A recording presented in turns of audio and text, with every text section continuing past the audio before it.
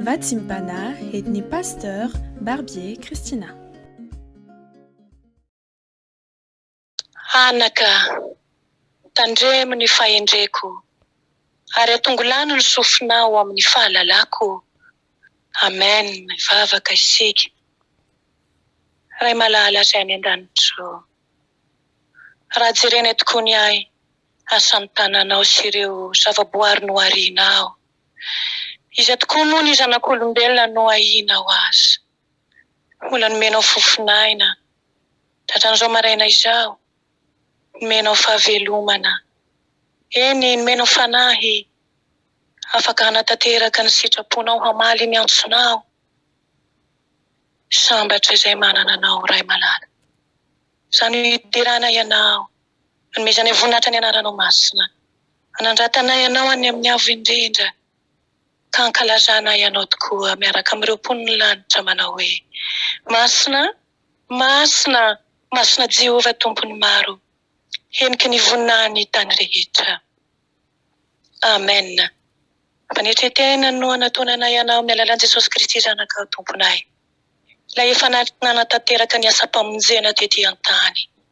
Ka ho an'izay mino mandray an'izany hery ny azo fijaliana vitanao Jesosy tao Golgota izany, dia izay manantona anao sy mino anao tokoa no anana fifaliana sy fiadanana ary ny fiainana mandrakizay.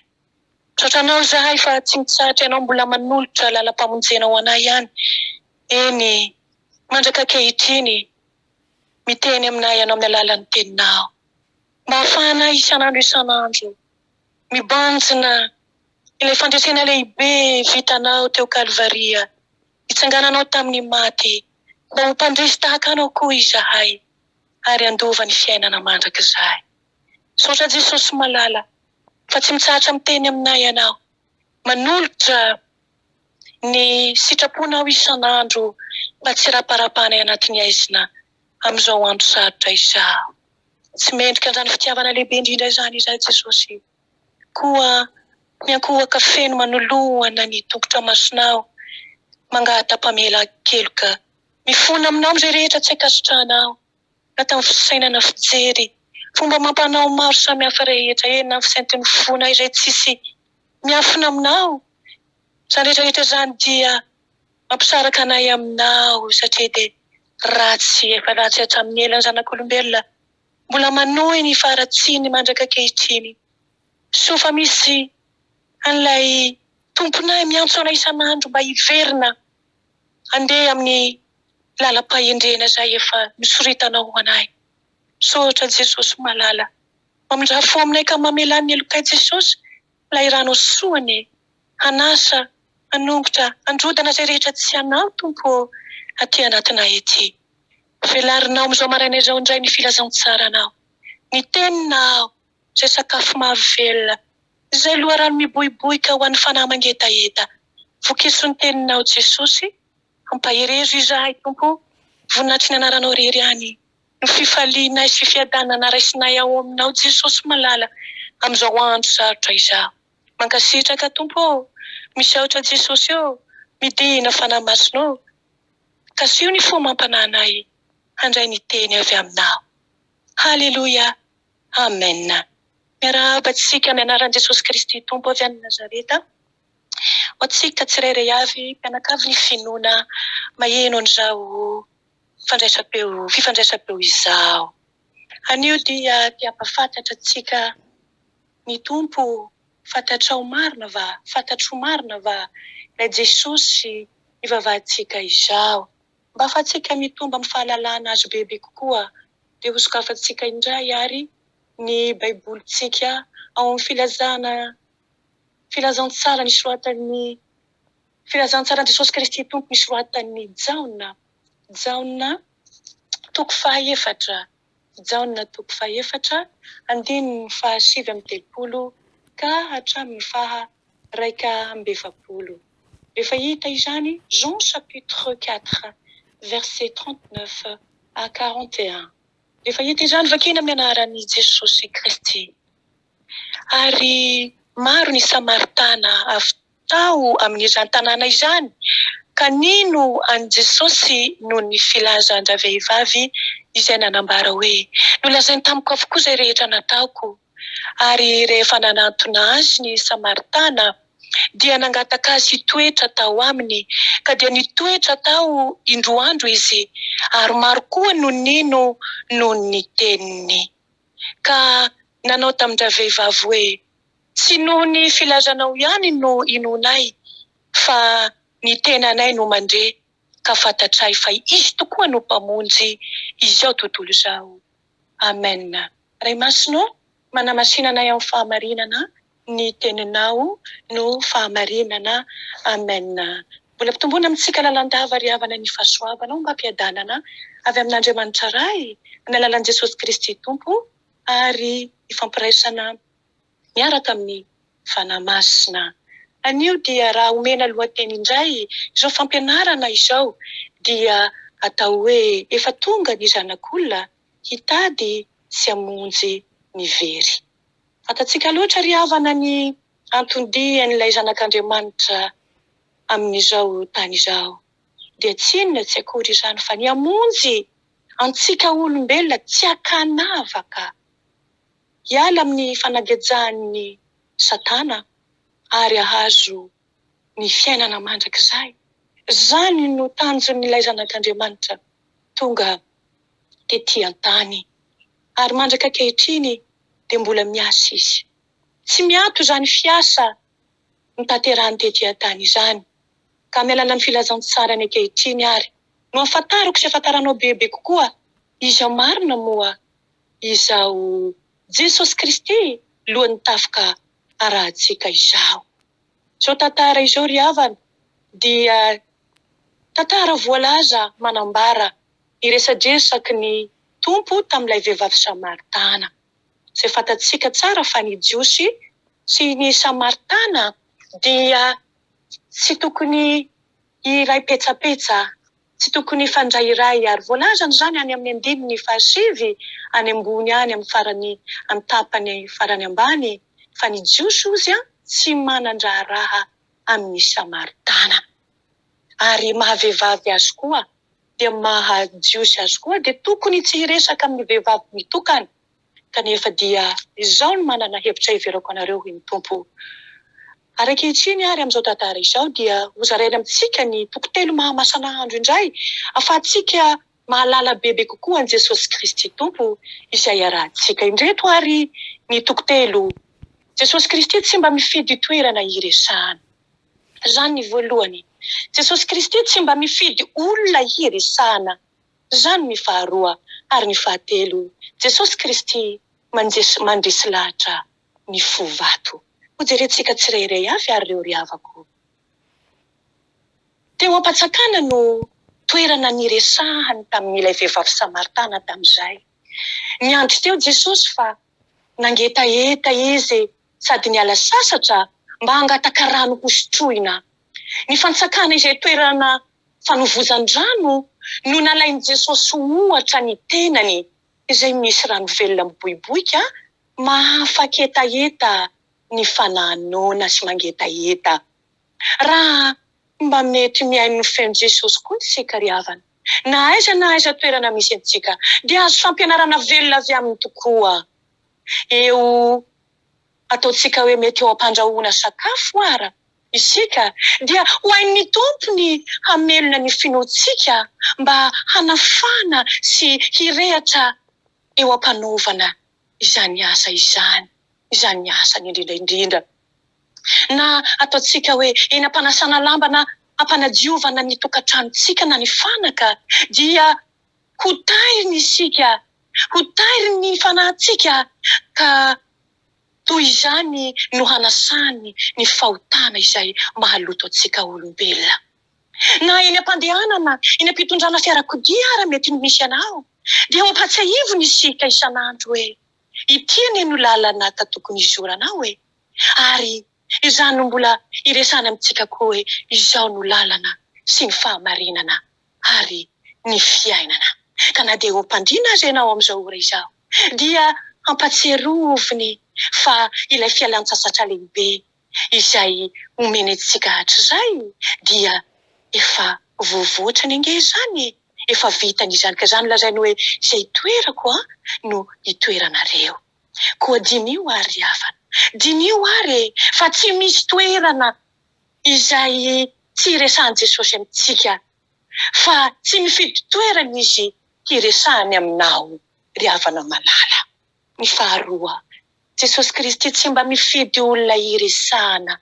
Vehivavy Samaritana no niresahany tamin'izany, ka na dia izany aza dia tsy sahy mpianatra nanome tsiny azy, satria fantany ny antony sy ny fomban'i Jesosy Kristy, ary indrindraindrindra ny fikendriny.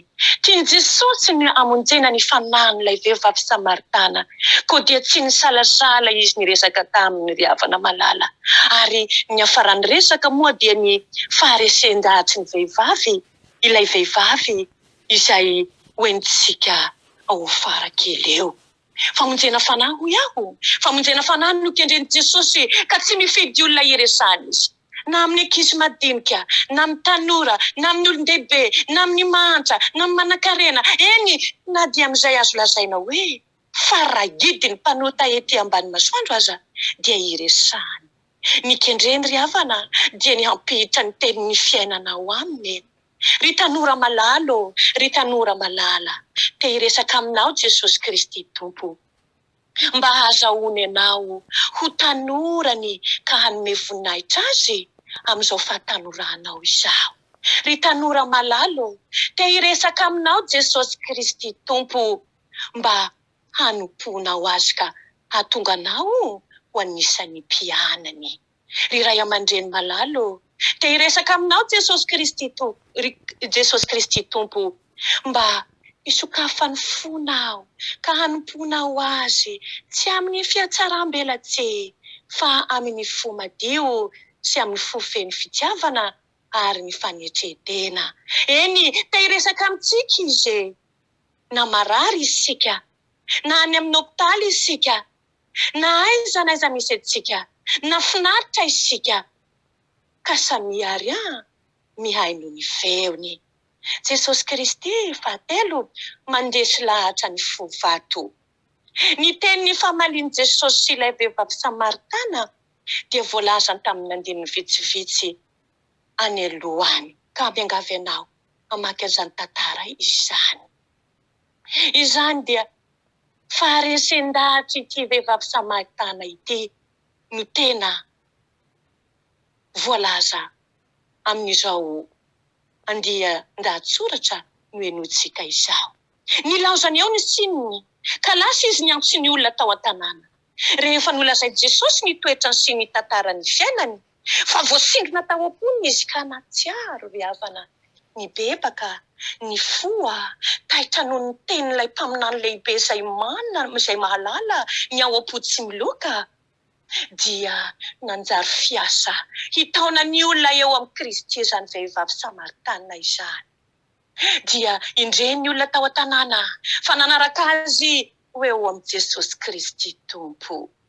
Ankehitriny, amin'izao andro iainantsika izao, dia mbola be ny manana fo vato, ka tsy mety ho resy lahatry ny filazantsara, tsy mety mino an Jesosy Kristy ilay voaomby teo amin'ny hazo fijaliana. Tsy mbora lesy lahatra, fa izao kosa ho avy ny andro izay aresy lahatra azy ireny, fa hainy Jesosy Kristy tokoa ny zavatra rehetra. Fa ny anjarako sy ny anjaranao dia mivavaka, tsy mitsahatra araka ny teniny hoe mifampivavaha ianareo ary mifampitondra izay mavesatra ianareo. Moa tsy maro ve no ny tokona tamin'ny heviny ka tsy nentina foy ny zavatra izao tontolo izao, ohatra ireny ody ny sampy ny sikidy tamin'ny herin'ny tenany ireny, tamin'ny fahaizany, tamin'ny fahamboni-tsainy, ka nihevitra fa tsy misy Andriamanitra, tamin'ny hareny ka nanao tsinotsinona ilay nanome azy izany rehetrarehetra izany. Nefa ry havana, resy lahatra teo anatrehan Jesosy Kristy Tompo, ka nandao ny ody, nandao ny fanaon'izao tontolo izao, ary dia natolotra hodorana ireny rehetrarehetra ireny. Ny hery sy ny fahaizany no entiny nampiasaina ho fitoriana ny filazantsara, ny vola aman-karenany no entina fony nampandrosoany ny fanjakan'Andriamanitra. Baby Jesosy tanteraka ny fony, ny sainy, ny tenany ary ny fanahiny satria resy lahatra tamin'ilay manam-pahefana ety an-tany ka hatrany an-danitra. Ary ataoko fa anisan'izany koa ianao izay miaino izao.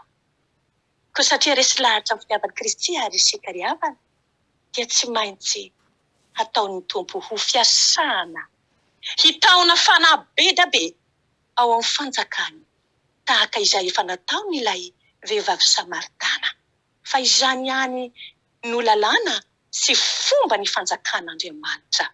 Koa ireo mpino maro izay mbola ho velona aorianan'izao androntsika izao, dia hiteny tahaka ireo Samaritana marobe izay mino an' Jesosy fa iny koa hoe tsy noho ny filazanao ihany no inonay, fa ny tenanay no mandre, ka fantatray fa izy tokoa no mpamonjy izao tontolo izao.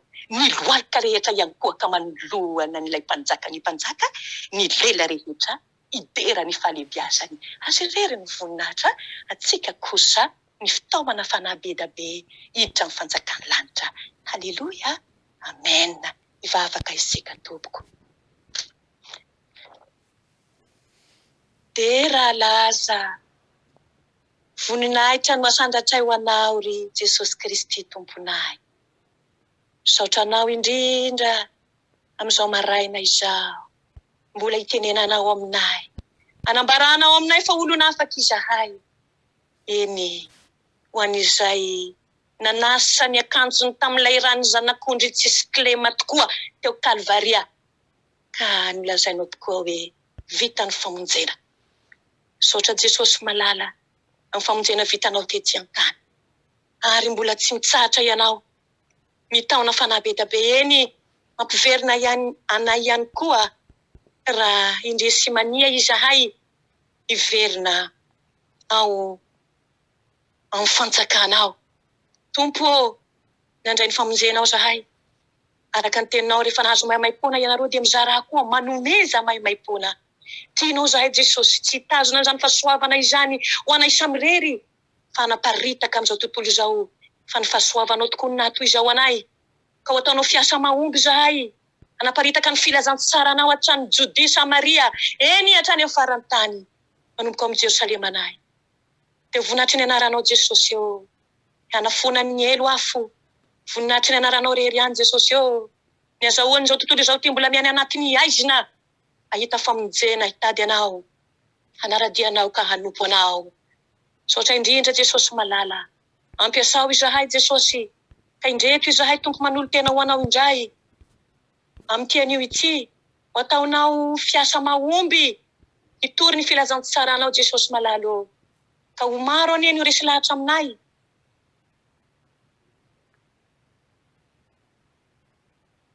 Ny fihetsika, fomba mampanao, fisainana fitafy, eny Jesosy eo, ny fiainanay manontolo, handresy lahatra amin'izao tontolo izao.